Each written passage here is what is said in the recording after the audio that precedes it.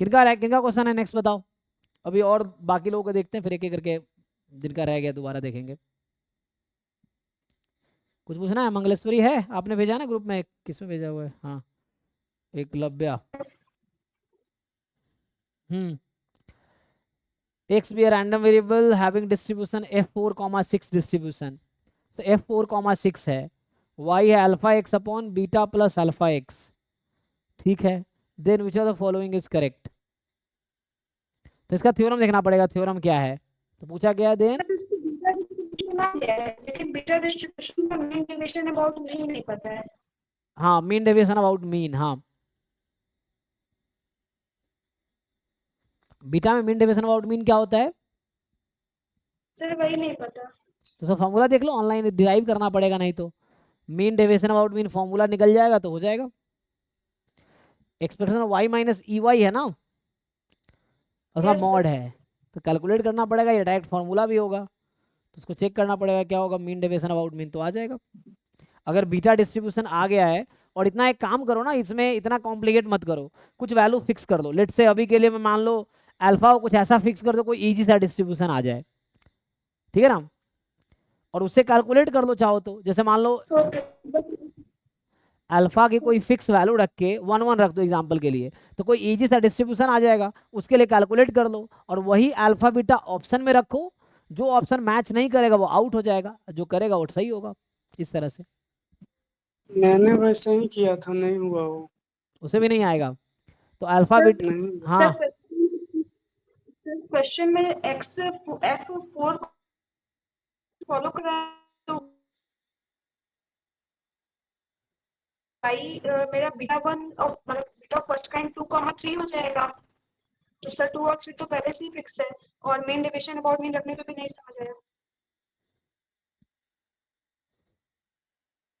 नहीं, तो अगर y का डिस्ट्रीब्यूशन पता है तो क्या ही करना है इसमें, वही कैलकुलेशन वही करूंगा मैं, उसमें क्या होगा।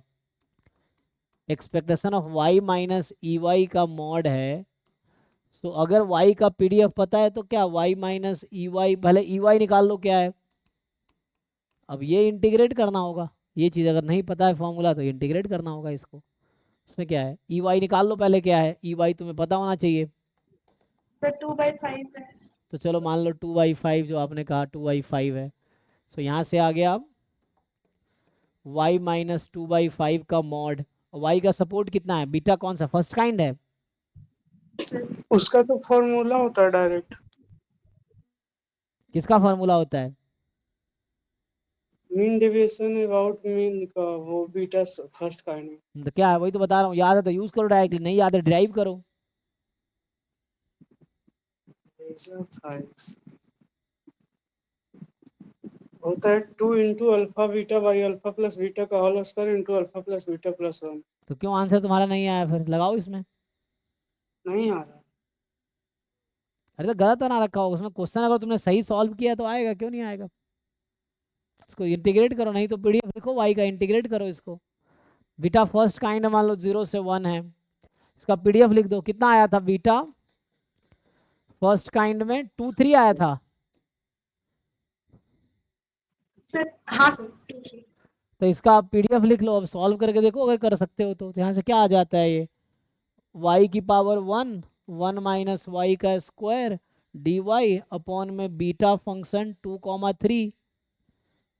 तो ये तो अल्फा बीटा गायब ही हो गया इसमें, तो अल्फा बीटा का कोई रोल नहीं है इसमें। नहीं सर।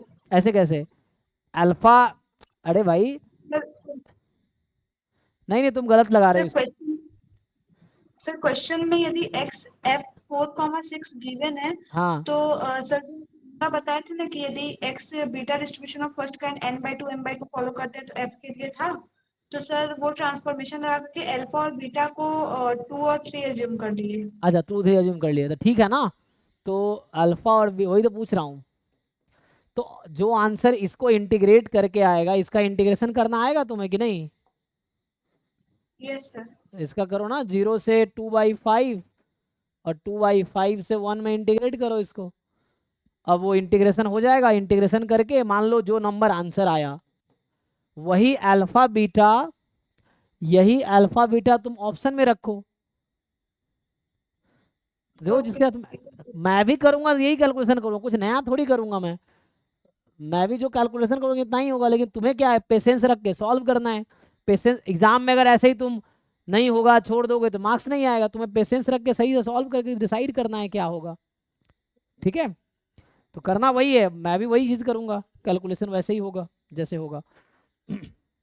और उसके बाद सिंपली कई बार ऑप्शन गलत बनाता है, मान लो उसमें कई सारे गलत हैं, तो तुम लोग पता नहीं क्यों गलत को सही प्रूफ करने में क्यों लगे रहते हो। अगर मान लो गलत है तो गलत, तुम्हें पता होना चाहिए कैसे सॉल्व करना है, इतना पता होना चाहिए हाउ टू सॉल्व। अगर मान लो ऑप्शन गलत बना दिया, गलत है, तो क्यों उसको सही लाना चाहते हो तुम। अगर तुमने आंसर निकाल लिए तो ठीक है,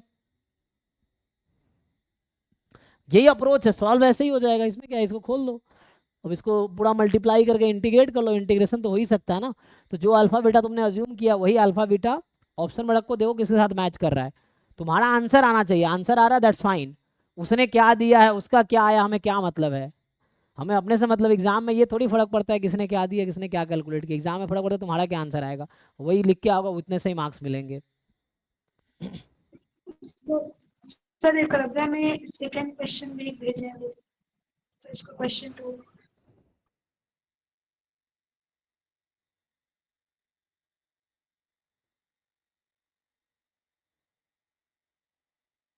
ठीक है, अभी आते हैं इसमें, ये सुभाजीत से ये सब डिस्कस कर, उसने बनाया ना वो बेटर आइडिया दे पाएगा मुझे लगता है, सुभाजीत को पूछो वो बता पाएगा बेटर, कि क्वेश्चन उसने बनाया ना तो उसमें वो तुम्हें बेटर आइडिया दे पाएगा क्या करना है। सो अभी के लिए